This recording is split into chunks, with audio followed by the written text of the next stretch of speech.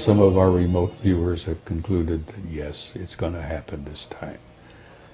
That we and it will be on the same side of the sun at the same time.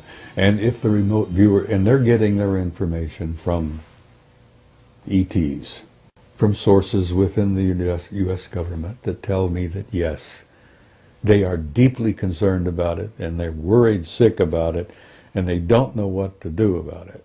What could the government or anyone else tell you? What could they say to you? Would they tell you that grab your hat, dig a hole, hang on?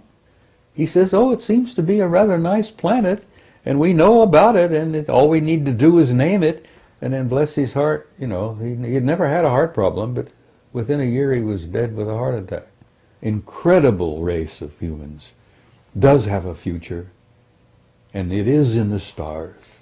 Mm-hmm. And we are going out there to reclaim our rightful place. It's kind of amusing considering that the last time we met, I told you it was to be my last interview. And here I am again, and you know, how can I explain that? We have gotten the most incredible response to your interview. I have to say, it's actually been the most popular of all of our interviews. Well, and nice I think there's a reason for that. Well, thank you. I think that in many ways you put yourself on the line, and you actually embody the curiosity that was like rampant in all of us. And you did it at a time when, and in the military no less, and you broke rules, and you kind of stuck it out, and you're just, I don't know, a one-man disclosure project as far as I'm concerned. Well, thank you, Carrie. That's very kind of you to say that. But let me explain something. I was a normal human being for a big portion of my life. You know, I was a career military and no-nonsense kind. I wore a crew cut. When I learned what I learned in 1963, 64, 65, it changed my life. It changed my way of thinking, and I became obsessed with what I had learned. And over the years, I've learned so much more. And as I may have mentioned to you earlier, I learned a little bit, I wanted more. You know, talk about an addiction.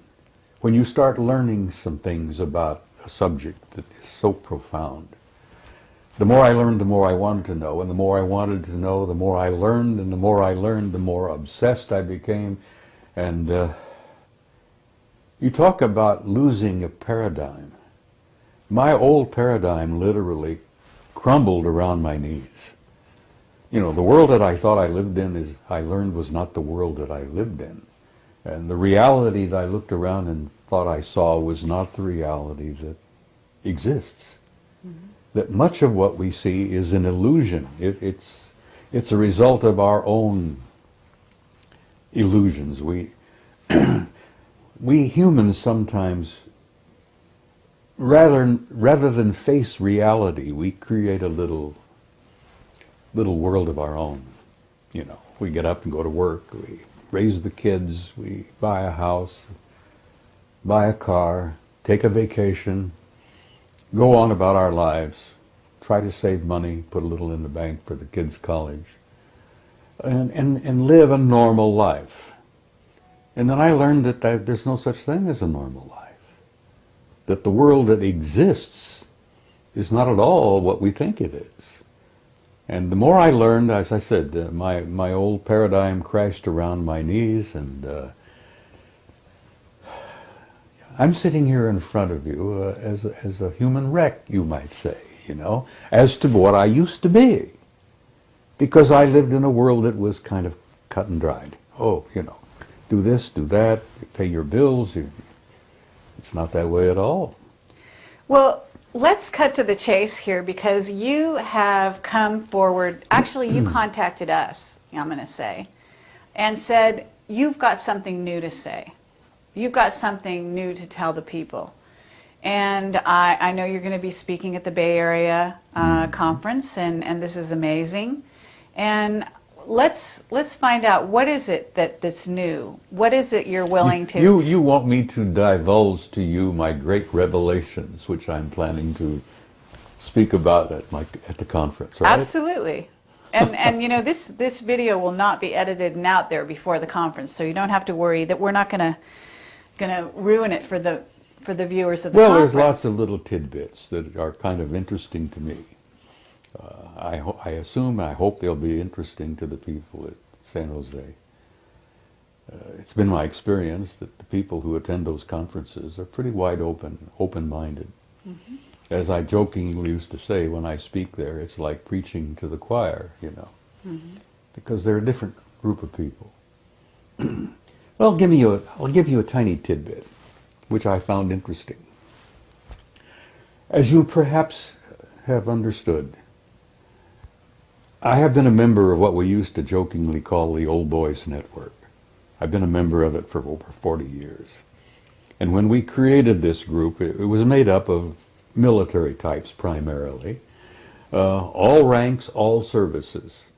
And we even had a couple of cosmonauts who were connected with this, mm-hmm. who were providing information. Well, over the years, the old boys have shared information with each other because we've had a variety of assignments and jobs in the military. We had a couple of admirals, we had a general, had 2 cosmonauts, we have innumerable colonels and command sergeant majors and people from all walks everywhere who provided information we used to share with each other.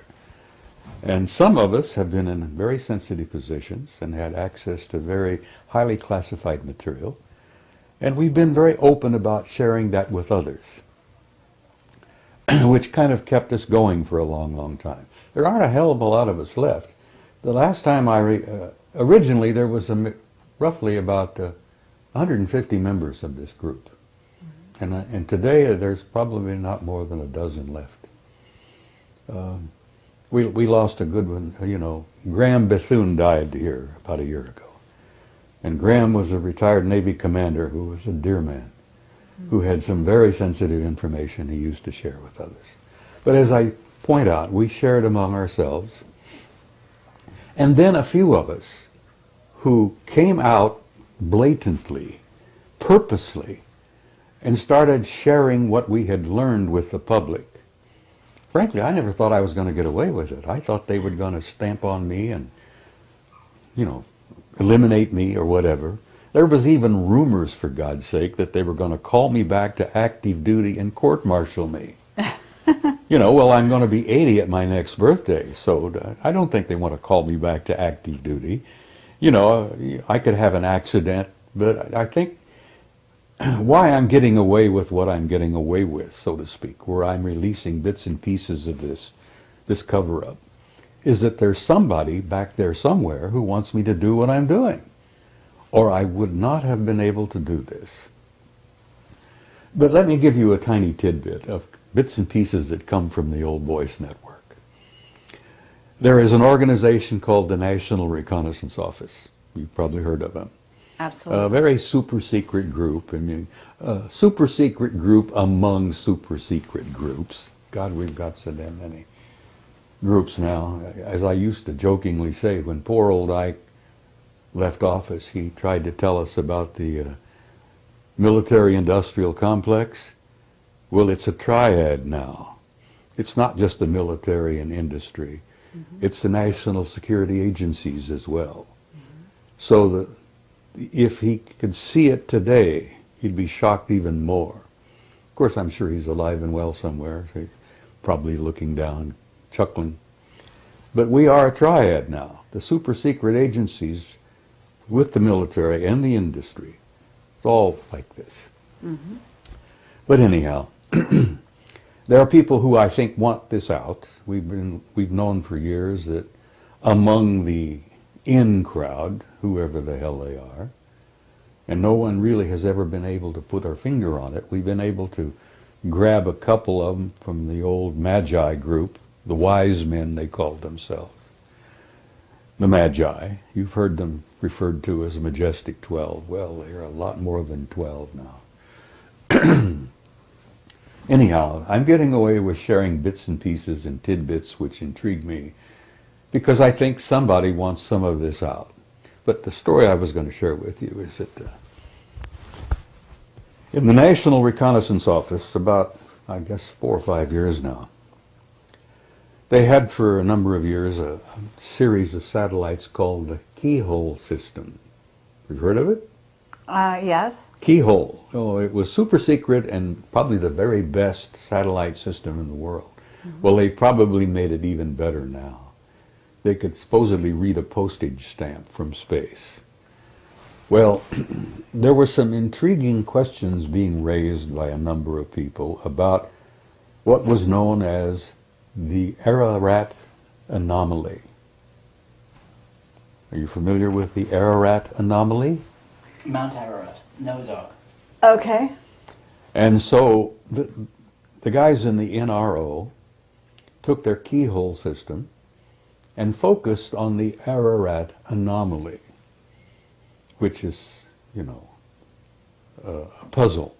Well, when the word got out, when the pictures finally were downloaded, and they computerized and enhanced them and cleaned them up, and they pushed them on the wall, or they broadcast them on the wall there at NRO, the remarks went something like this, and these are actual quotes. Jesus Christ, it's a goddamn boat. Christ, it's a big boat. Okay, one would say, why would something like that be so highly classified that it is way above top secret? Why would the discovery of a boat on Mount Ararat be classified so high, far above, you know, anything? Anyhow, the story comes out. The reason they classified it is because after they discovered that it was a goddamn boat, a big goddamn boat, they inserted a team of SEALs on the site. Now, that's a term that the military uses to put a bunch of guys on a scene. Right. Apparently they dropped them by aircraft, they parachuted down, a dozen of them or so. They inserted them onto the scene, and these guys spent several days in this goddamn boat. And then they extracted them by helicopters. And when they extracted them, the guys brought with them some anomalous artifacts, which have never been described or named. But those anomalous artifacts is what led to this whole thing being classified not only top secret, but way the hell above. And that's a little bit of information that's come out via the network of the old So are you boys. saying this is Noah's Ark? No one knows what it is. It was originally the Ararat anomaly. But then they discovered that it was a gigantic boat, apparently. And But a boat built by humans. Well, it appears to be. It's essentially, from what they gathered, wood. Mm-hmm. But it's a work of genius, apparently. It was intricately put together, and it's really... And it survived all these years. Well, apparently. The question, how many years, you know? When was the flood? The last rumor I had was 12,000 years ago. 10,500 BC. When are they saying? I mean, I'm sure you have a theory. Well, the religious implications of it, you see. You know, every ancient culture on the planet has a similar tradition about a flood.